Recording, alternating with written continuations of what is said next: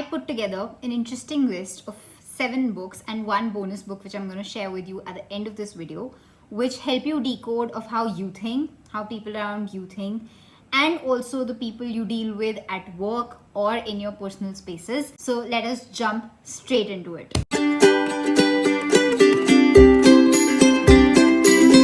Hi guys, welcome back to my channel, The MBA Guinea Pig.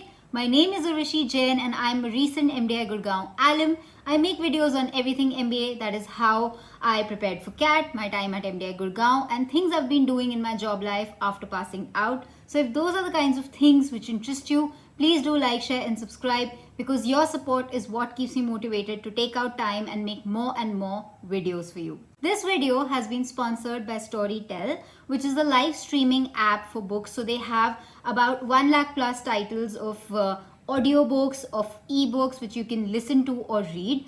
And personally, I came across Storytel is because usually in my job, since I'm an area sales manager for an FMCG company, I travel quite a lot, and that time of my day is totally mundane because I'm just sitting in the car, I'm making some data, which is very usual, so I don't need to apply myself quite a lot.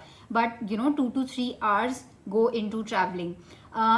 During those mundane times, what I do is I listen to an audiobook on my cell phone. So I just plug in my earphones and my hands are free, so I can work on my laptop. And similarly, when I cook in the evenings, again, it's a very mundane task, so I like to listen to a book when I'm doing that. The plus point of an audiobook is that at least I started reading audiobooks on Storytel app. So an actual person narrates the book to you.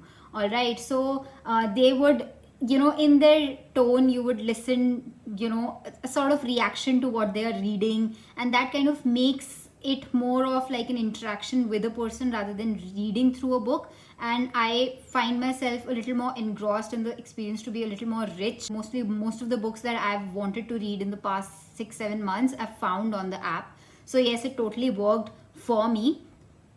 So I'll talk more about it towards the end of the video, and I will give you a link which will give you a 30-day free trial.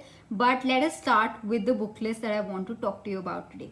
So the very first book that I want to share with you is Thinking Fast and Slow by Daniel Kahneman. The book brings out that there are 2 parts of our mind. There is one part which thinks really fast, and that is very important for our survival in the sense that it thinks very intuitively, it reacts quickly, and it picks up patterns and memorizes them.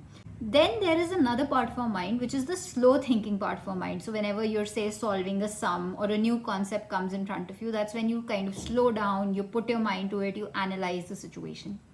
Now the problem begins when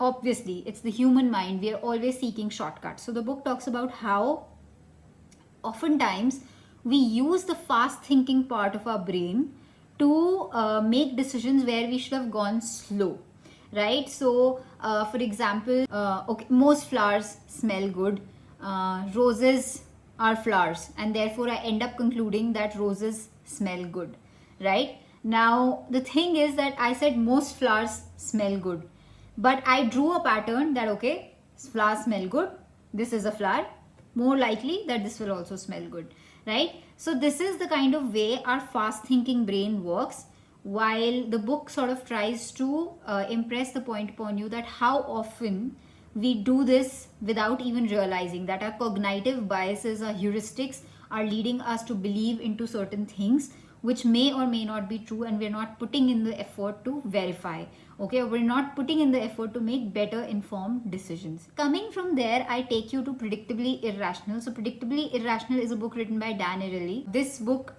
gives you very interesting examples of how there are so many circumstances where we take illogical decisions. So for example, the magazine Economist gave a ad out, all right? So they gave 3 offers to the prospects. The 3 offers were, I don't remember the exact costs which were quoted. So they said that you would get an e-version of the magazine for, say, $16. You will get a physical copy of the magazine for, say, $50. And you will get an e-copy as well as the physical copy of the magazine for $50. Okay, $16, $50, $50. Now the result was that out of the respondents, 32 people ended up choosing I would go for the physical copy as well as the e-copy. Okay, and only 18 people chose that I only want to go for the e-copy. What they are trying to say over here is either you're a person who reads things online or you're a person who reads the physical copy, right? There are not very many people who actually shift between the two mediums. Yet because people felt like, I pay them $50 and I would get an extra something, I would also get the e-copy. So many of them just ended up choosing the e-copy plus the physical copy version.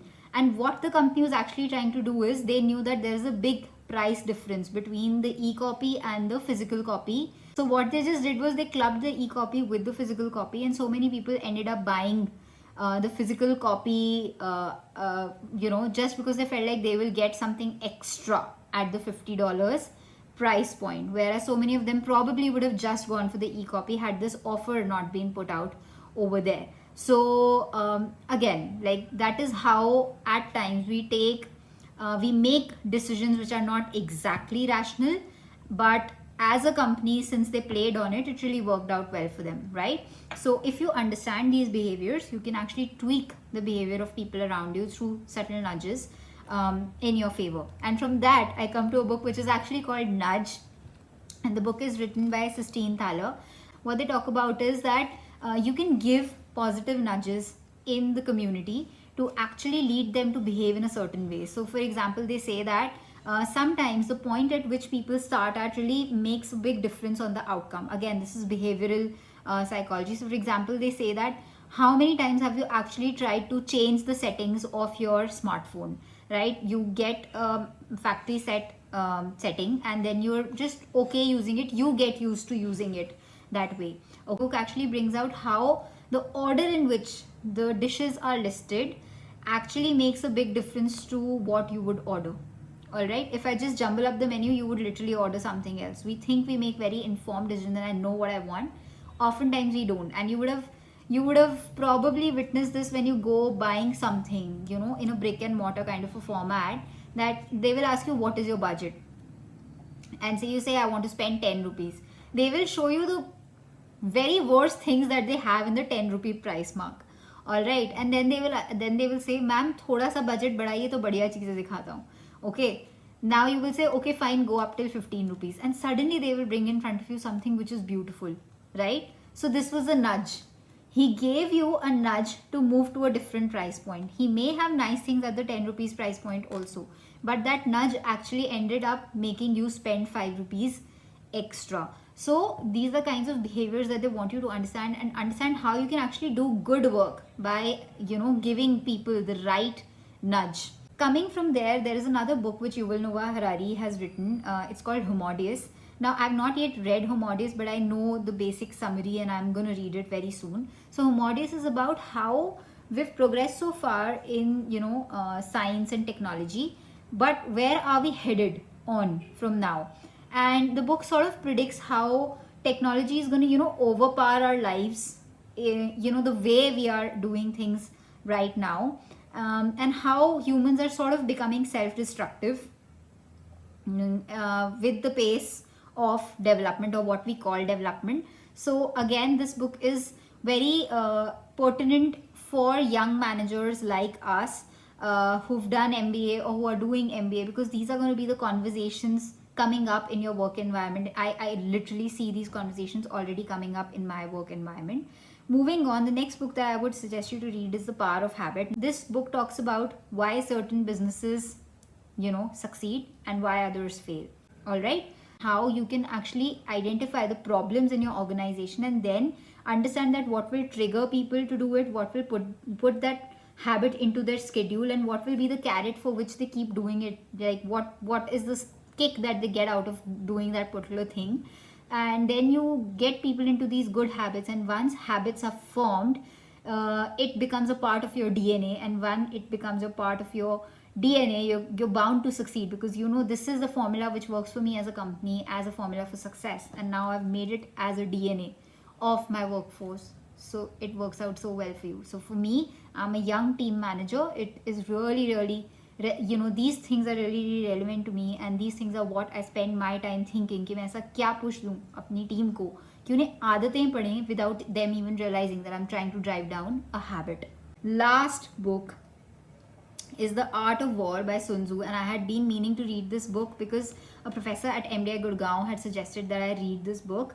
It is an ancient, so basically a war strategist, an ancient Chinese war strategist called Sun Tzu had written this book, and he shares strategies of how do you win at war. But then what is war? War is also, a tactical win. Okay, so it is very relevant in the present business environment also, especially in the kind of work I'm in, where you have so many direct competitors. You have competitors in terms of your own own territories within the company, other companies who supply the same products, or for that matter, you just want to be competitive in the sense you want to exceed in your career and you want to stay relevant in your career. So for example,